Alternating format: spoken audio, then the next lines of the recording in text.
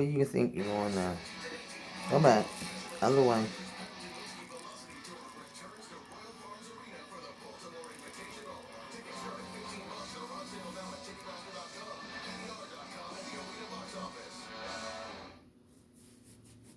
Finally, the surprise welcome back for a brave young student that has so many cheering, Rahema Ellis with Inspiring America. 6-year-old John Oliver Zippe, J.O. for short, has always been a fighter. Fascinated with history, he loves dressing up as a World War II soldier, brave and strong. In real life, he needed to be. In preschool, J.O. was diagnosed with a rare form of leukemia. He spent 3 years in and out of the Cleveland Children's Clinic. Tutors helped him keep up with schoolwork. Then, 2 days after Christmas, the best gift ever, J.O. finished his last chemotherapy treatment. Doctors and nurses broke out in song. Say it, Ayo, no more chemo. Last week, J.O. returned to first grade with a surprise standing ovation, like a conquering hero. His parents said J.O., who wants to serve his country one day, has survived this battle by following the advice of Winston Churchill to never, never, never give up. Rahema Ellis, NBC News. Go again, Jan. That's Nightly News. I'm Lester Holt. Thanks for watching it today.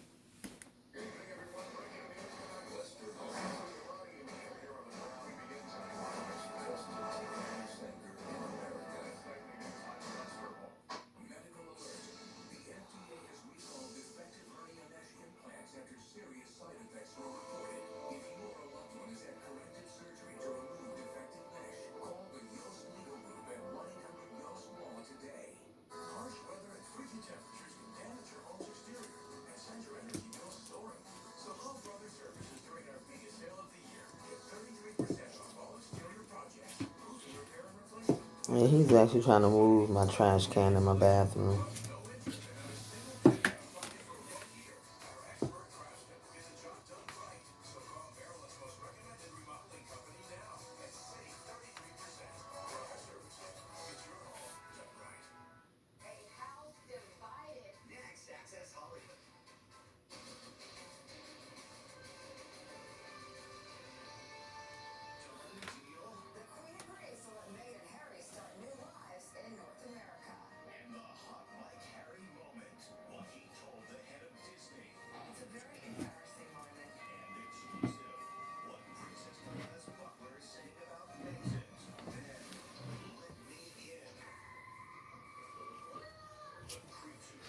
He actually moved my trash can.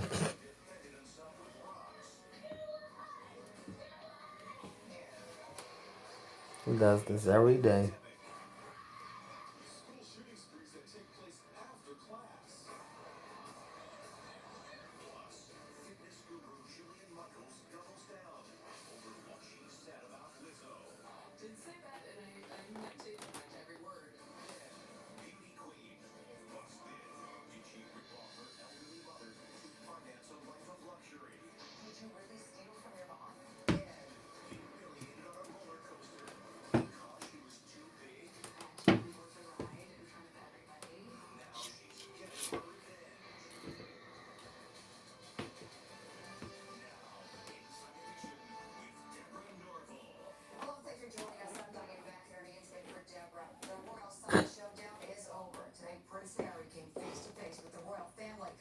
Meghan joined via video phone from Canada as they worked out the details of their new roles. The Queen says it was constructive and supportive, but what was it really like? Meghan Alexander has the story. The Queen has agreed to let Meghan and Harry quit the royal family and move to North America. The deal between the Queen, Prince Charles, William, Harry, and Meghan You know where he's supposed to go. in this room, known as the Long Library, at the Queen's country home outside London. Meghan joined in via video conference from 5,000 miles away in Canada. After the showdown, Elizabeth issued a poignant personal statement from Her Majesty the Queen. My family and I are entirely supportive of Harry and Meghan's desire to That's right. The only way you know you're supposed to go at. although we would have preferred them to remain full-time working members of the royal family. CBS News correspondent correspondent Charlie D'Agata spoke to Inside Edition from outside the estate where the royals met. The atmosphere here at Sandringham is intense because this is an emergency crisis Go ahead. summit. This is something where the Queen Go has ahead. beckoned the top 4 people who are involved in this. She wants this cleared up in a matter of days, not weeks, not months. The British newspapers all agree it's Meghan who's the driving force behind the extraordinary drama. One friend says Meghan told her that her brief life as a royal was, quote, not working for me. Meghan is reportedly committed to living in North America, where she and Harry can build their own empire. This hot mic moment may give a clue about how Meghan hopes to become, in their words, financially independent. At the premiere of The Lion King in London last July, Harry hit up Disney CEO Bob Iger for some voiceover work for Meghan, while she schmoozed with Beyonce and Jay-Z.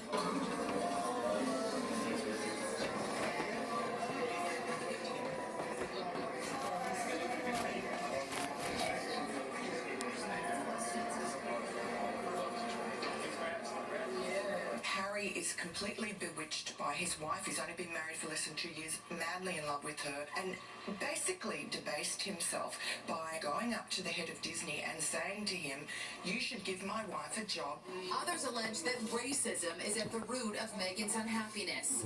Black Britons know why Meghan Markle wants out. It's the racism, goes this New York Times op-ed piece written today by a college professor. Can you see racism in everything? TV personality Piers Morgan took her to task. There have been discussions about her exotic DNA. Her newborn baby. Is her DNA not exotic by royal standards? She was the first mixed-race person to ever enter the royal family. This is the Why is the word exotic? This is the Why do you take exception to the word exotic? because it honours her. Appearing on CBS this morning, Prince Harry's biographer had this to say about claims of racism.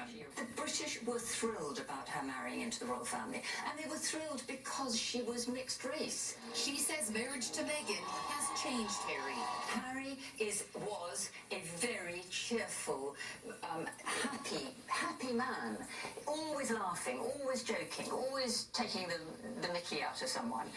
That cheerful, charming man seems to have disappeared. Meghan's mother, Doria, finds herself under siege outside her home in Los Angeles. She confronted one photographer. You stalking me? I don't feel safe. You record that and I'm about to call the sheriff. What's going on? On you. And a little later in the broadcast, we'll find out what the butler knows as I speak with Princess Diana's former confidant, Paul Burrell, for his take on the royal drama. Every 40 seconds, a child goes missing in America, and this 10-year-old boy could have been one of them if he didn't know what to do after some men offered him candy to get in their car. As Aristide Fabian reports, when his front door was locked, he made sure to make lots of noise to raise the alarm. This kid senses stranger danger. There are 2 men in that car, and he says they've just offered him candy and invited him to climb in. The 10-year-old knows something is wrong. He goes to open his front door, but it's locked. Imagine how scared you'd be in his shoes.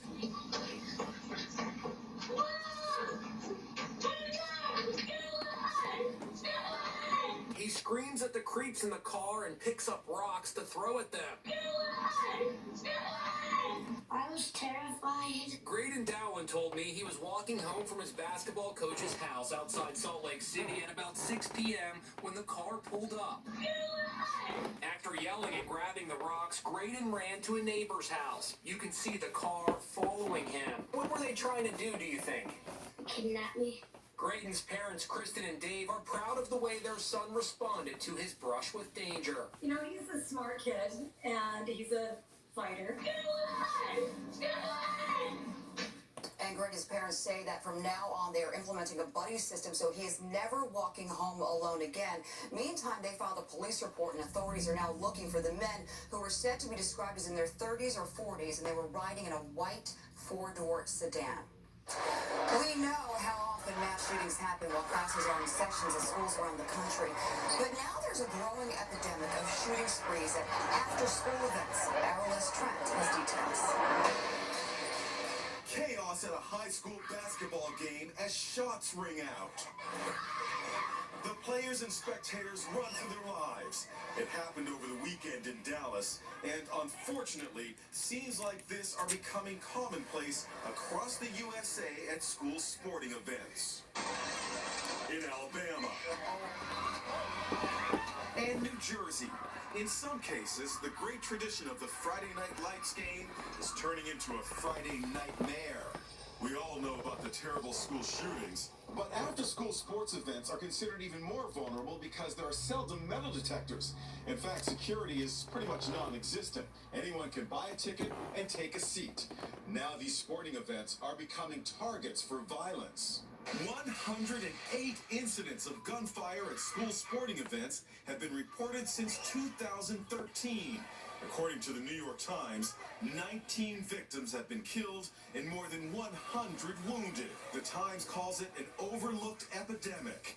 Inside Edition security expert Steve Cardian says you should always be on the lookout for trouble brewing. Scan, look around you. Just if you see like a group that looks out of place, that looks like there may be some trouble brewing, stay away from them. If you're somewhere right next to you, if it starts, somebody start arguing, get up and leave. Remove yourself from the area. In Dallas, the players, coaches, and a referee ducked for cover on the sidelines. In Alabama, several students lay flat in the bleachers. But that's not always the best method of protecting yourself. Go the opposite way. If you can hear the gunfire, you can be shot. Know where your closest exit is. But try and go away from the shooter. Don't run between the shooter and the exit. The New York Times also found that typically after-school shootings are not planned beforehand and are usually sparked by a dispute between two people. In other news, Jennifer Lopez's fans are calling for justice for J-Lo today after she was snubbed when the Oscar nominations were announced. It certainly isn't the award season she was hoping for. Jennifer Lopez looked amazing in a form-fitting satin gown at last night's Critics' Choice Awards, but woke up this morning to disappointing news. She was snubbed by the Oscars for her role in Hustlers. Given all the attention she's gotten, how well she's campaigned, how well she's liked, and that people really thought this was a really great dramatic turn for her, I think it's a snub. Charlize Theron and Margot Robbie were both nominated for Bombshell. And Scarlett Johansson scored 2 nominations for Best Actress in Marriage Story and Supporting Actress in Jojo Rabbit. 2 nominations. This has only happened a handful of times in Oscar history. Nobody has ever won when they were nominated twice for both categories. Brad Pitt in Once Upon a Time in Hollywood. Brad Pitt is considered the frontrunner for Best Supporting Actor in Once Upon a Time in Hollywood. Last night, he won the Critics' Choice Award. Brad Pitt. Zendaya wore a 2-piece magenta ensemble with a sculpted shiny top. Anne Hathaway dazzled in a sparkly gold Versace gown with a plunging neck. And Lupita Nyong'o showed off a dramatic updo with a brown leather accented gown. And now it's on to the Oscars, which will be handed out February 9th. Joker is the most nominated film. It is up for 11 awards. Now, this woman felt ashamed and humiliated when she couldn't fit on a ride at a popular theme park. Now she's having her roller coaster revenge. It was supposed to be a fun vacation at Universal Studios in Orlando. And more than anything, Chelsea Bishop wanted to ride the Revenge of the Mummy roller coaster. But as soon as Chelsea boarded, she says she was humiliated because she couldn't fit. I was too big for the harness to latch, so I had to unboard the ride in front of everybody, and it was mortifying. That was 2 years ago when Chelsea tipped the scales at 340 pounds. These were my size 28 jeans. Now she's a size 12. I did it! Chelsea says she went on the keto diet, eliminating sugar, cutting back on carbs, and eating more of these seemingly fattening dishes that are loaded with protein. For breakfast, bacon, ham, sausage, and cheese omelet. No toast. For lunch, Caesar salad, grilled chicken, no croutons. Dinner, cheeseburger without the buns, no fries. Now Chelsea is getting her sweet revenge with her boyfriend Michael Kramer. It's a redo of that mortifying day when she couldn't ride the roller coaster. Will Chelsea fit on the roller coaster here at Arizona's Castles and Coasters? I am so excited. I can't wait to see if the harness fits over my body. It's the moment of truth. It did! Woo! What a thrill. After losing 160 pounds, Chelsea says she's never felt better. Wow, way to go, Chelsea. You look great. He was once Princess Diana's most trusted confidant. Now her former butler, Paul Burrell, is carefully watching the drama play out involving Prince Harry and Meghan Markle. He told me what he thinks is happening behind palace doors. Actually, they're following in Princess Diana's footsteps. Princess Diana's butler and confidant says before her tragic death, Diana planned to break free from the royals and move to North America. I remember she set out in her sitting room the plans of a home in Malibu, California, the former home of Julie Andrews. And she said to me, I'm buying this house. I'm buying this house to give William and Harry a new perspective on life. I spoke to Paul Burrell today. What do you think Diana would say? She would embrace Meghan and Harry and tell them, do your thing. Do what makes you happy. Who do you believe is mostly behind this decision, Meghan or Harry? I think it's a joint decision. I think the two of them have sat down and thought what is best for us and our family. But Burrell says Princess Diana would be heartbroken by the rift between her sons, William and Harry. At the time of her death, they were cemented together and it would be impossible to prize them apart. She would say to them, boys, put all differences apart for me. He also says Diana feared that Harry would suffer living in the shadow of his older brother, the future king of England. Harry was always known as the spare. So what job does the spare have? Burrell believes if Diana was alive today, she'd be rooting for Harry to put his relationship with Meghan before the royal family. Diana will be so proud of Harry. He's made a jump, an almighty jump, and he's doing it for love. And join us tomorrow as we journey to the Canadian mansion where Meghan has been hiding out with baby Archie while the royal drama plays out. And we'll be right back with much more Inside Edition right after this. Next, beauty queen busted. Did she rip off her elderly mother to finance a life of luxury? Did you really steal from your mom? Plus, fitness guru Jillian Michaels doubles down over what she said about Lizzo. I did say that, and I meant it. I meant every word. Inside Edition with Deborah Norville. We'll be right back.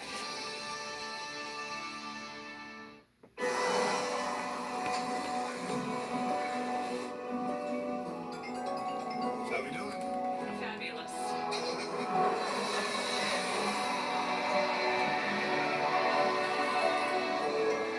Why do you keep following me? Go under the bed somewhere.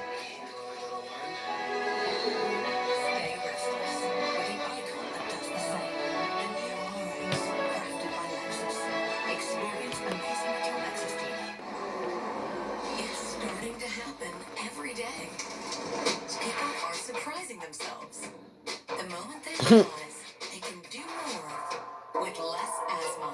Thanks to Dupixent, the adult treatment for specific types of moderate to severe asthma. Dupixent isn't for sudden breathing problems. It can improve lung function for better breathing in as little as 2 weeks and help prevent severe asthma attacks. It's not a steroid, but can help reduce or eliminate oral steroids. Don't use if allergic to Dupixent. Serious allergic reactions can occur, including anaphylaxis, which is severe. Tell your doctor right away about signs of inflamed blood vessels such as rash, shortness of breath, chest pain, tingling, or numbness in your limbs. Tell your doctor if you have a parasitic infection and before stopping any asthma medicines, including oral steroids. Do more with less asthma. Talk to your doctor about Dupixent. What do you want? Come on. What do you want?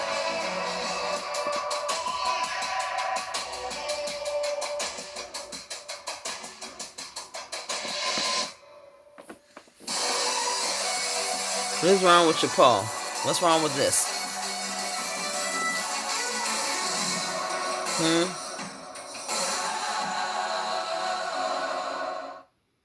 She took home the crown of Mrs. Florida. Now she's pled guilty to stealing her mother's Social Security checks. And according to investigators, spent it on her lavish lifestyle. Now she's speaking with Aaron Megan Alexander, saying, we don't know the whole story. This beauty pageant winner is about to trade her evening